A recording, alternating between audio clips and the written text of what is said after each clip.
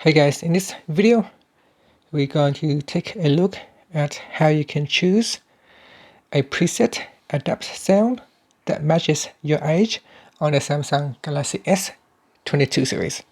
First, tap on the home button to go back to the home screen.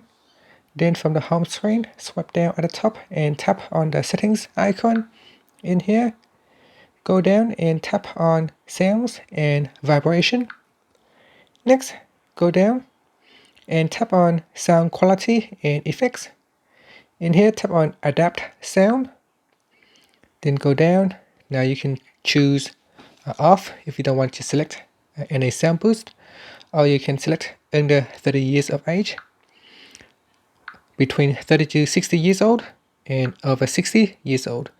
Now you can also tap on the settings icon on the right hand side, and in here you can set prefer ear vocals, left or right, and you can set the sound preference to clear or soft.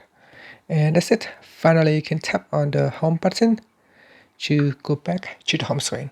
Thank you for watching this video. Please subscribe to my channel for more videos.